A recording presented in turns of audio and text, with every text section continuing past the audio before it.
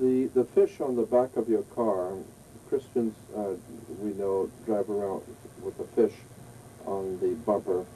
The fish is supposedly a first century symbol for Christianity. We are told that the first century Christians, the way Masons have a particular handshake, or some societies have a certain words that they use to denote each other, the Christians, we're told, used to draw a quarter circle, and the other person would draw the other quarter circle over it, making a fish, and that way that was a code for letting you know that they were a Christian, because Jesus was the great fisherman. The Pope today, Holy Father, is referred to as the great fisherman, the fisher of men.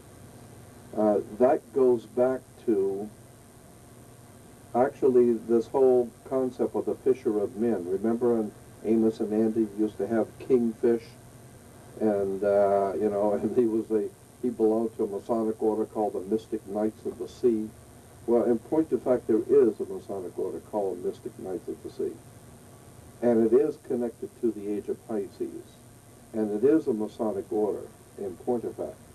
But Robin Williams, a few years back, made a movie called Fisher King, Kingfish.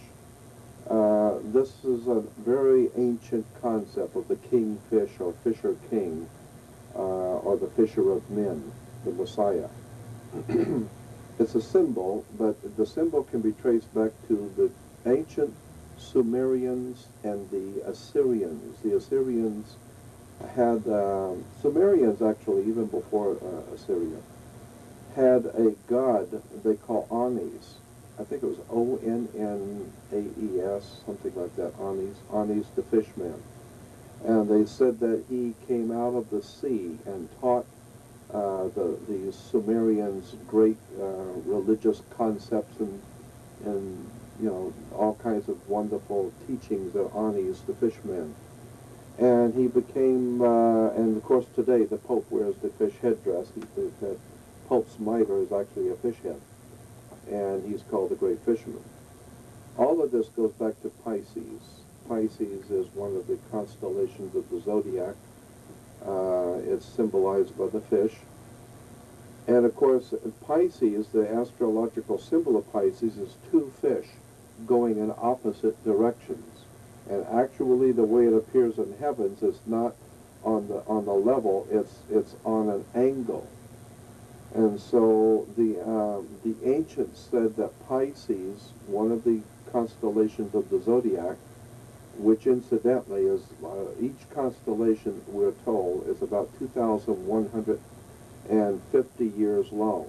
So every 2,150 years, the world goes into a new constellation of the zodiac. And so for the past 2,000 years, the world has existed in the age of Pisces. Pisces, the two fish. And consequently, Christianity has been dominating the Western world for 2,000 years. And now we're going into 2003. And so for 2003 years, of the 2,150 years, the world has existed in the age of Pisces. And therefore, as Christians will tell you, we're living in the last days, the end times. And it's true, we are living in the last days in the end times of the age of Pisces. Then when the age of Pisces is finally over, and when is it over? Well, we don't even know exactly when it started. When did Christianity start? Some people said it started in 5 BCE. Some people say 4 BCE. Others say obviously it had to be in 1 AD. So there's a room for discussion as to when Christianity actually started. Well, whenever it started, that's when the age of Pisces started. Well, now you've got a problem, because who knows when it actually started and when it didn't. Because everybody's got, the Egyptians say one thing, the Babylonians say something else, the American Indians say something, astrologers today say something else. We're all talking about the same thing, the starting of the age of Pisces, or the 2,150 years of the earth under the age of the fish. And this is why the Bible has Jesus saying, no man knows the day or the hour, only the Father in heaven, not even the Son. So consequently, nobody knows for sure when the age begins.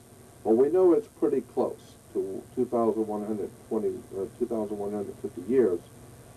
And we think it began somewhere around the 1st century.